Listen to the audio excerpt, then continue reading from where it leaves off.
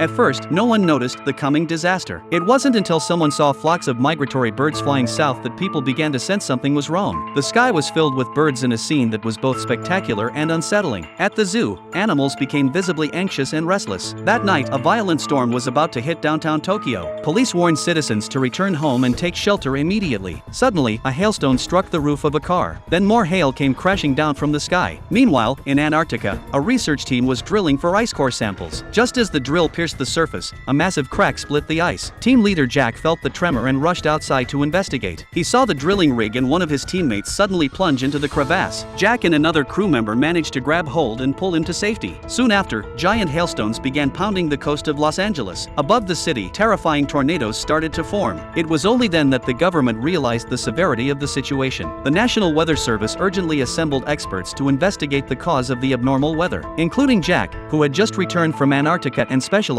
in studying ancient climate patterns. The tornadoes tore through the city, leaving devastation in their path. Cars were lifted into the sky. Skyscrapers collapsed into rubble within seconds. None of the meteorologists or scientists could explain what was happening. That's when Jack proposed his theory. He suspected the crisis might be linked to the North Atlantic Current. From the ice core samples, he had detected high concentrations of greenhouse gases. He believed that global warming was melting the polar ice caps, releasing vast amounts of fresh water into the ocean. This influx disrupted the balance of salinity in the seawater, potentially slowing down or even halting the North Atlantic Current, a change that could trigger a new ice age. To test his hypothesis, Jack needed to input climate data from Heidelberg into a paleoclimate model, but to run the simulation he would also need access to a supercomputer. The authorities gave their approval. Jack and his colleagues immediately began the calculations. The results were alarming. Within 6 to 8 weeks, Earth would experience an extreme and sudden climate shift. Humanity was facing a survival crisis. Weeks later, an unprecedented snowstorm struck Scotland in Western Europe. To evacuate members of the royal family to safety, 3 military helicopters were dispatched to their location. As they approached the center of the storm, temperatures dropped rapidly. The helicopters froze in midair and began falling to the ground, though the pilots survived the crash. The moment one of them opened the cabin door, a rush of frigid air instantly froze him solid, turning him into a statue of ice.